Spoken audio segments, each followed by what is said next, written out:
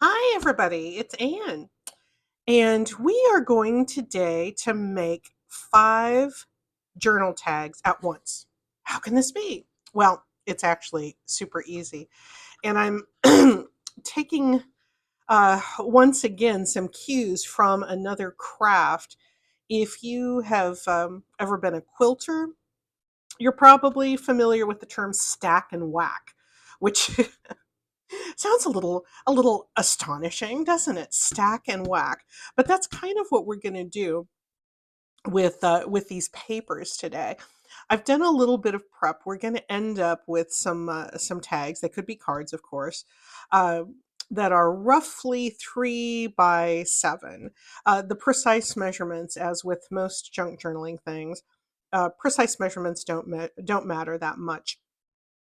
But just so you have a place to start, I'd like you to see that in case you were doing this along with me. So I have just chosen um, 5 different kinds of paper that have a nice contrast. I have a book page, a mixed media covered book page, a map, um, a, just a plain book page that I just did a bunch of stamping on.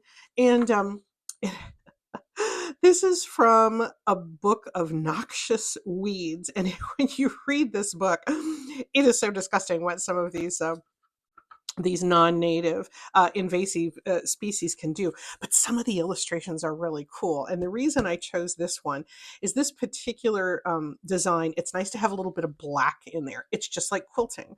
I heard years and years ago that every quilt should have a touch of black and a touch of yellow.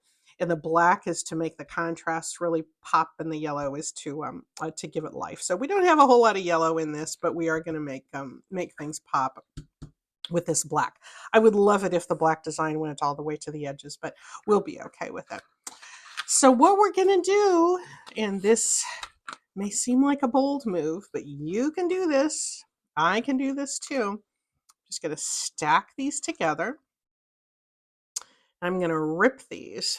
You could cut as well, but this is paper. We're junk journalers. We do lots of tearing. I'm just going to tear this into 5 pieces that are going to be the same. They won't be precisely the same because paper shifts, and these are, as you can see, these sizes are a little bit different, but it's all going to work out pretty good. So what I like to do when I do this stack and whack is I do one tear kind of diagonally through the whole stack, sort of down the middle. And it will, the tear takes on a life of its own as it does.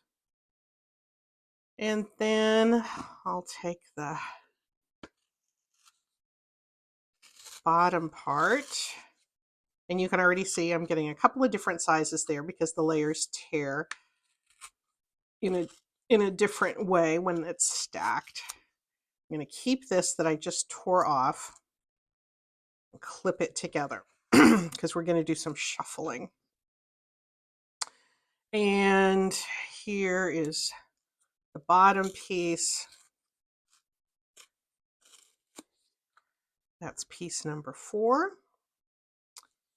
And then we're going to have 5 and 6 up here. You do not have to do this in 5 pieces. You can do it in 3. You can do it in 2 if you wanted. Card makers use this technique as well sometimes, the stack and whack.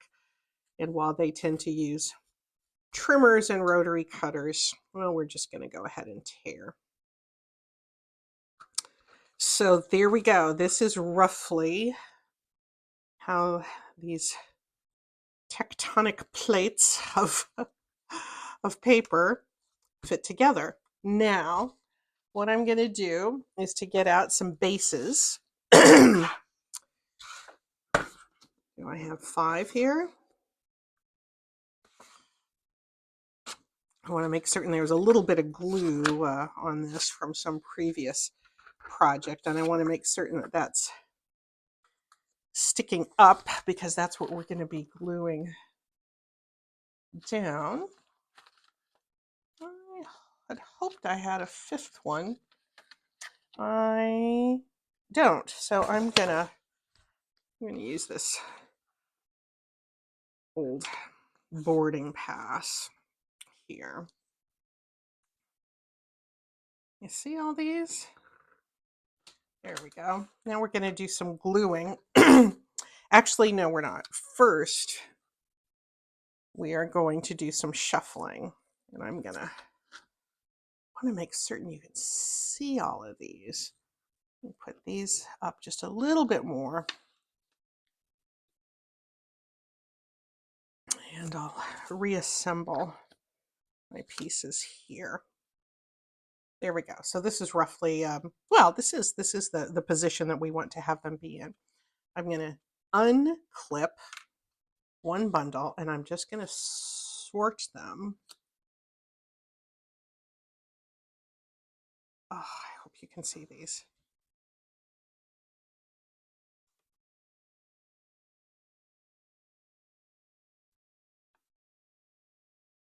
Two that were stuck together there.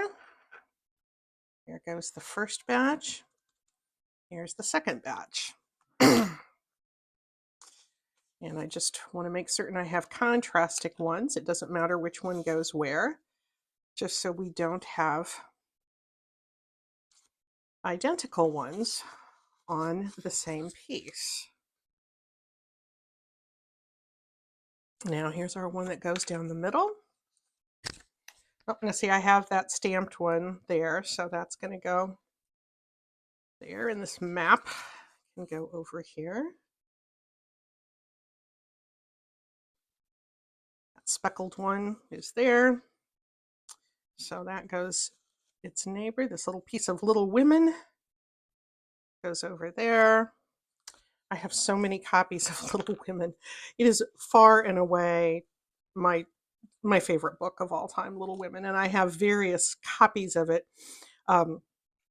Some that I treasure and would never cut up, and others that are maybe just like selections or chapters in a treasury or something like that that I don't mind. I don't mind cutting up, but I have I love having little pieces of Meg, Jo, Beth, and Amy represented in my junk journals.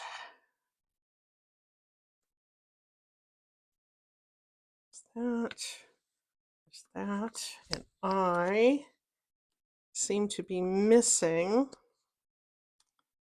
a couple of pieces.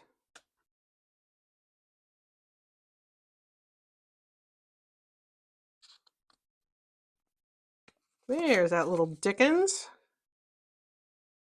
That one can go. That one can go there.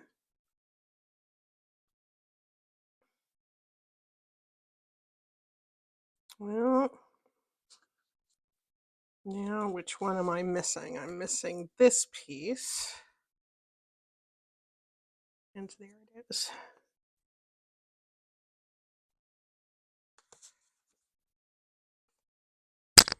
Now, if I want them, I have two identical pieces that are on, or from the same thing that are here.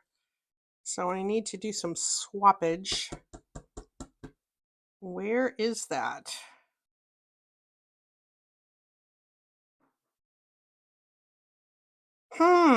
It is eluding me. Well, I'll tell you what, rather than have you have to be bored while I figure that out, I'm going to set these aside. Would stand to reason there's another one that's doubled up here somewhere too, but there we go. Let's glue this one down. You can just see how they all fit together.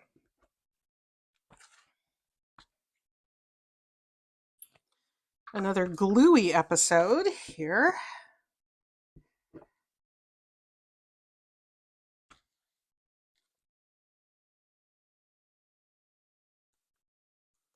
Now I made my bases. They weren't precise, but if you're wanting to be precise, I made my bases just a slightly smaller than my original pieces that I tore, because there's just a little bit of overlap that you're going to want to do. But it doesn't matter. How many times do I say it doesn't matter? I realize I say that over and over in these videos, but the truth is it doesn't matter. It doesn't matter because you are going to be trimming them down to the size you want anyway. Here's our little map.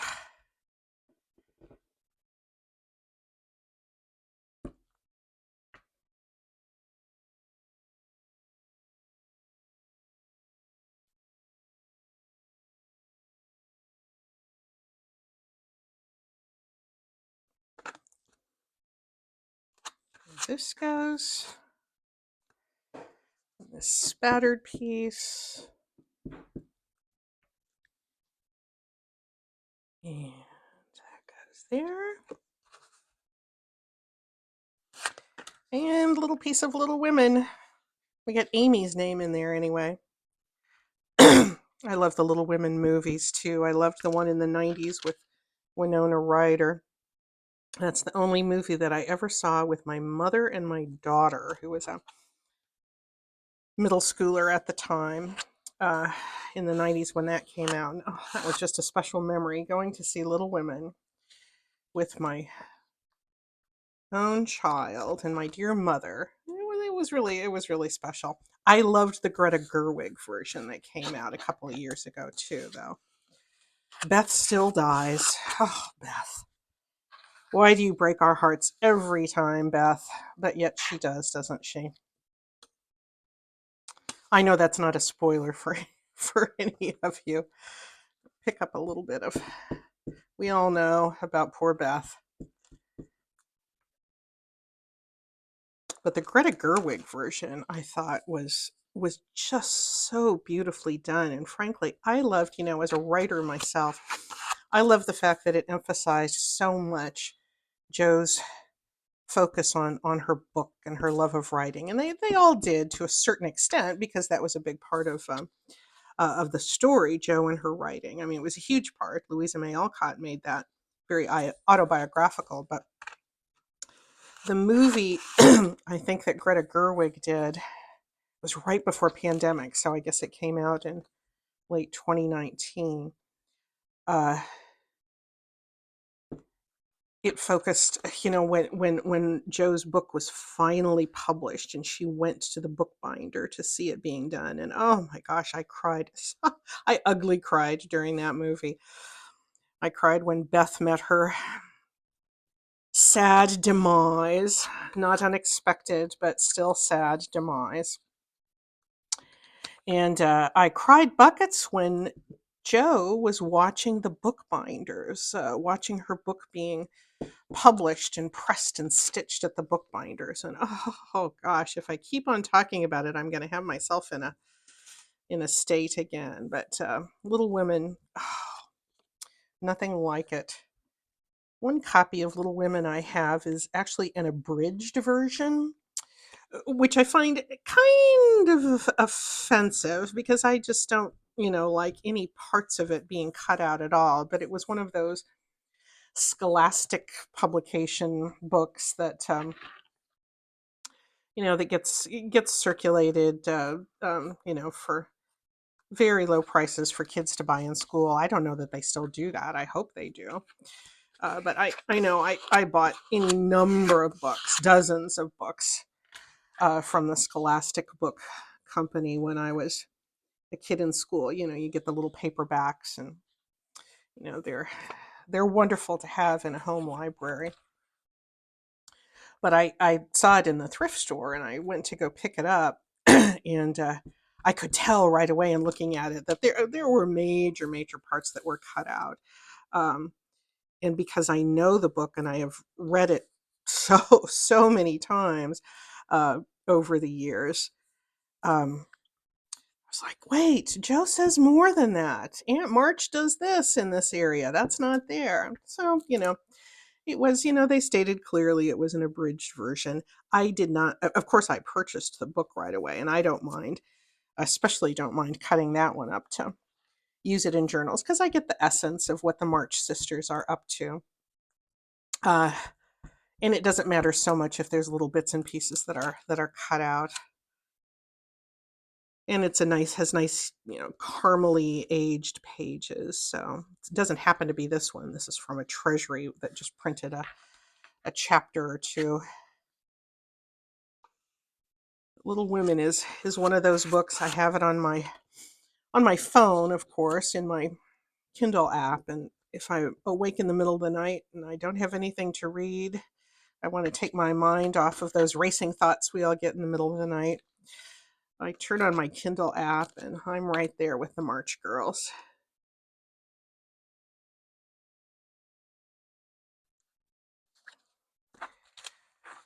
This is getting a little stickety here.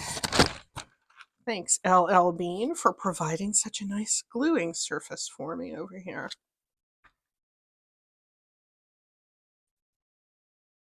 But you can see how this stack and whack method gives you some really kind of interesting bases. This is just a thin cardstock that I'm gluing on.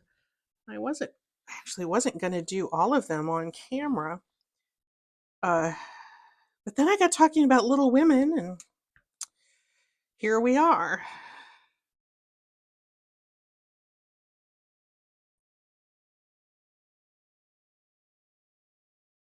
Pieces of Iowa here. One thing I do recommend if you're doing this technique is that as you're repiecing things, don't go from one corner to the other. You're going to want to build off of um, have your contiguous pieces built one after the other, if that makes sense. Like I wouldn't want to put one up here and down here because sometimes the joins are different with every tag, so you can't count on, because we don't measure precisely, we don't want to have to take time for that. This is where I've got two different or two pieces of the same batch that are here, but I didn't want to take time to puzzle that out. Oh, now I just didn't follow my own advice, did I? There we go.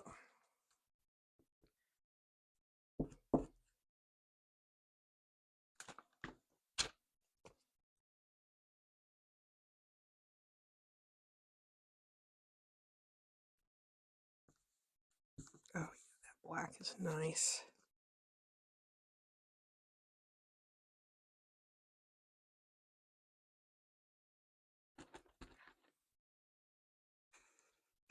Oh, and there's Little Women. I got Amy and Joe in this piece. The Greta Gerwig movie had such an interesting portrayal of Amy. Gave her, I thought, a much more sympathetic portrayal than she has gotten in previous versions.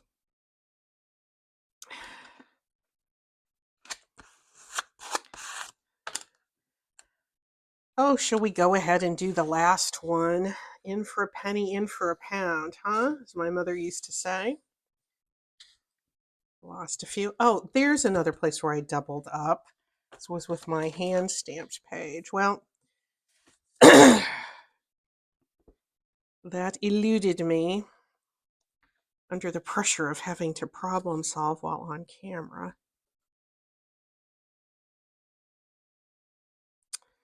There we go. Yeah, they're not going to be touching each other, so I guess it's going to be okay.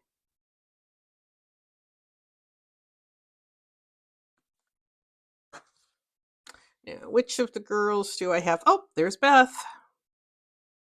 There she is. Enjoy time with your sisters, Beth. Oh, even though I know that her end comes every time I see a movie, no matter what version of it is. Oh, that just gets me in all the feels.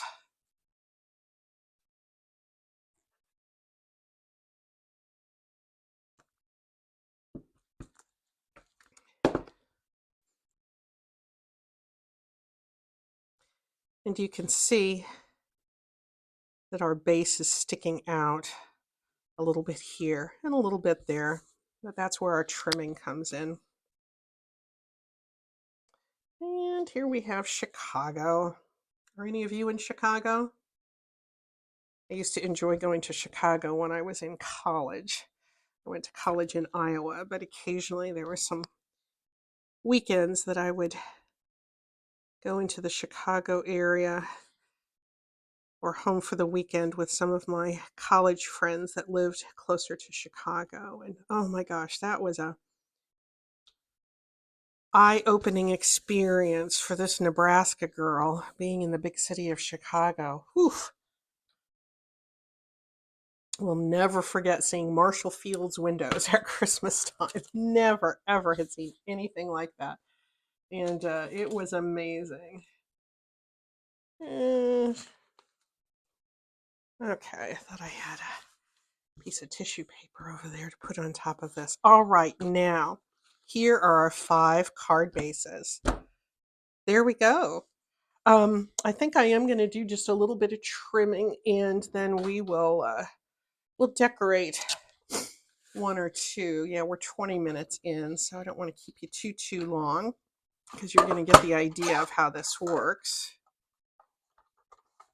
Well, you already do have the idea of how it works.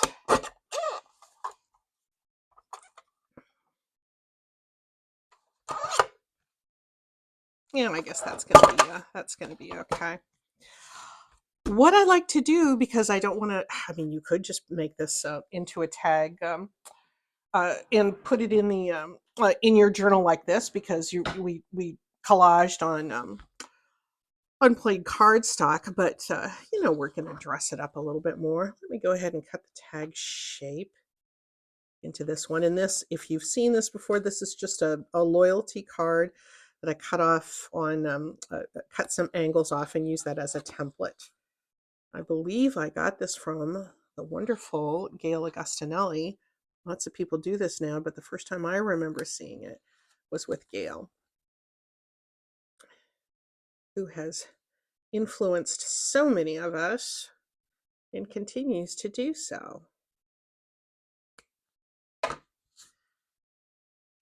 And I will see if it's dry enough for me to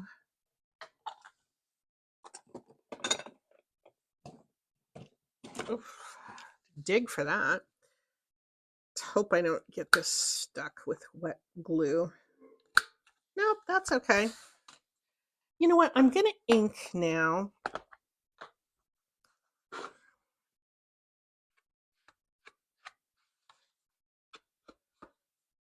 And then we'll see. That dresses it up a little bit more. And then we'll see what we need to put in the middle, because it does need some kind of a focal point there. These are nice and thin. One thing I do recommend when you're choosing your papers for the stack and whack technique, choose some that are fairly similar in weight. You don't want to have like a heavy piece of cardstock or scrapbook paper in here next to, say, a thin map or a thin dictionary page or something like that.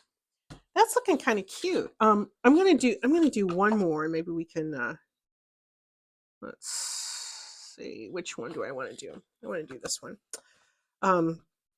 We'll do this one, and then we'll decorate a couple. And you can see exactly how that's going to go. But what a nice mass make this is, right? You could even just mass make them up to this point and put them in your stash. And then when you go to put them in a journal, your focal point can be with whatever theme you want to have. And I think I need to trim up that bottom just a little bit more.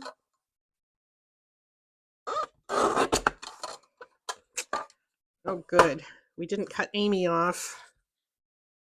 She's got to go take those limes to school.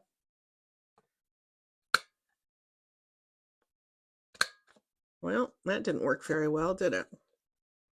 You see how I kind of chewed that up? That's why I kind of like having this corner rounder, because I can always go up to a larger size and make it look like it's supposed to be that way.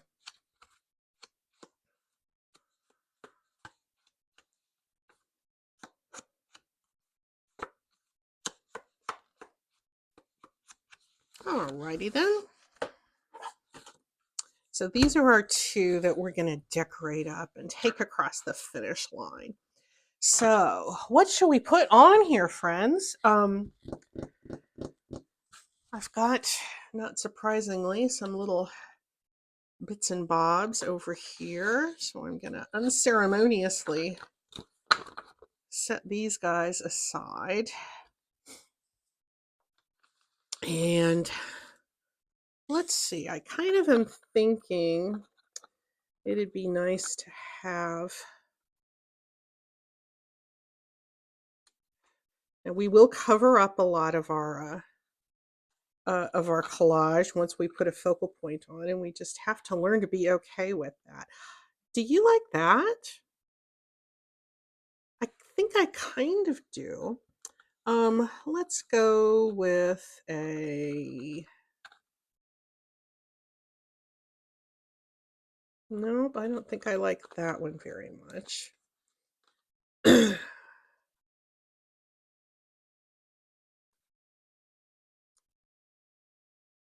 Not a whole lot of contrast there. This one I think is a little too big, and it covers up, well, we still have Beth in there. Yeah, I think I want something a little bit smaller. What if we went with an owl? And maybe a little something under his head, like a moon. I think I'm liking that. And we still get Beth in there.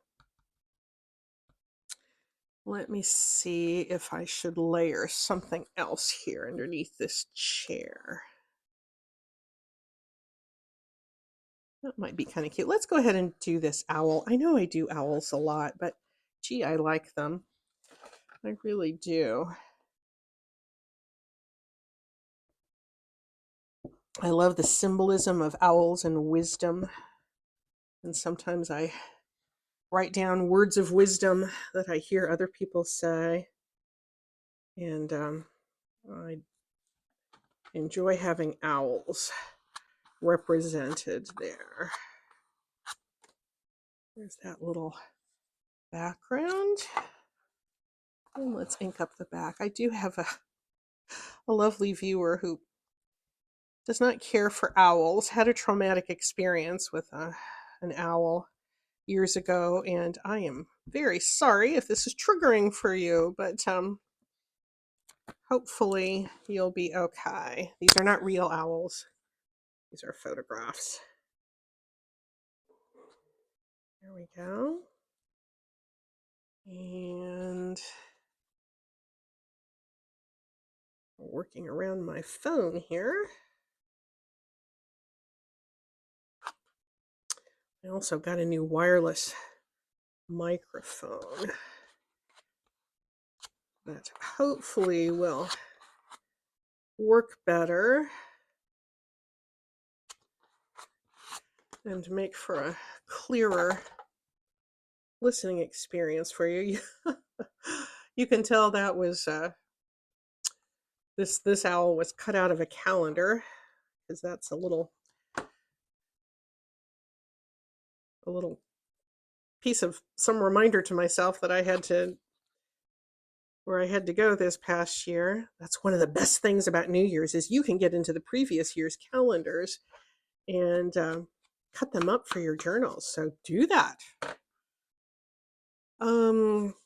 Let's go now to this chair. I don't know. I cut this out of a book on old Victorian furniture, and it was just a black and white sketch, but I got in with my water pen. You've seen me use these before, my water brush, and just put a little bit of color on it, and I just think it looks so cute.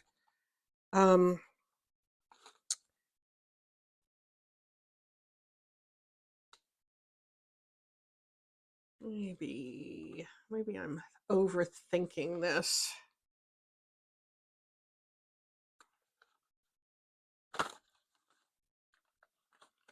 That's entirely possible.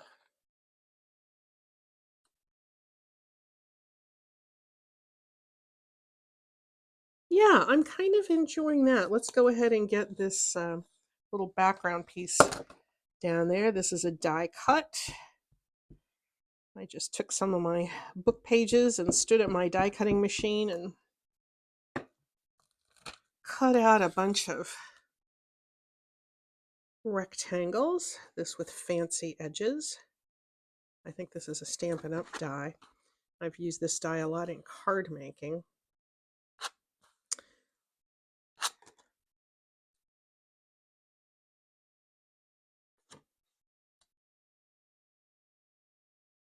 This is a little bit thicker, this medallion, so yeah, maybe I need, I'm going to get the slightly smaller one out. Well, Anne,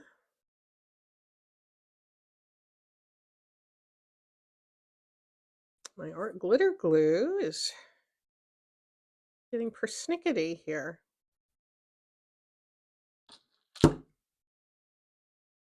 It's not that cold here in our basement, so I don't expect it's clogging up from environmental issues. Well, this is too risky to be doing this on top in case it comes out in a big blob. What's the matter here? Has this ever happened to you? I know it does. There we go. It was somewhat hesitant, but we've convinced it to come out and do good in the world.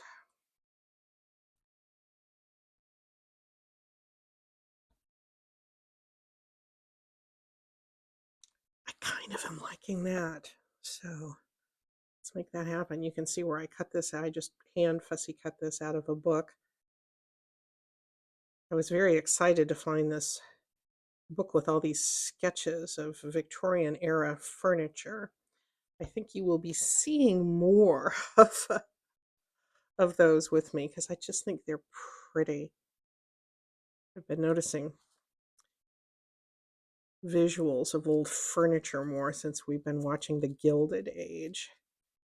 The Julian Fellows production that just wrapped up its second season. I've really enjoyed that. It's not as good as Downton Abbey. I mean, let's just get that straight. But it's fun. It's fun and it's delicious and it's gossipy and it's visually just gorgeous. There we go. This might be something I should do to keep from having my art glitter glue clog up again. There we go. That's where we're going to end it for today, folks. There's 2 that are done. Well, I haven't done the holes and the ribbons there. 3 more waiting to happen.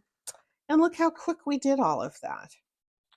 That worked nicely. And, you know, I haven't ever tried that stack and whack version or method with paper crafts before, but I think I'm gonna keep at it. I think I'm gonna keep at it. I think that these could be really fun. And if you have some larger scraps, you know, that are around that roughly 3x7 size, they would be great to use for that. Just look at your contrast and have fun, see where it takes you. This would be fun to use for pockets. It would be fun because, yeah, something like that would be a great pocket with something horizontal on it or a tuck spot. So it's not just tags or cards. Have fun with this, guys, and Happy New Year.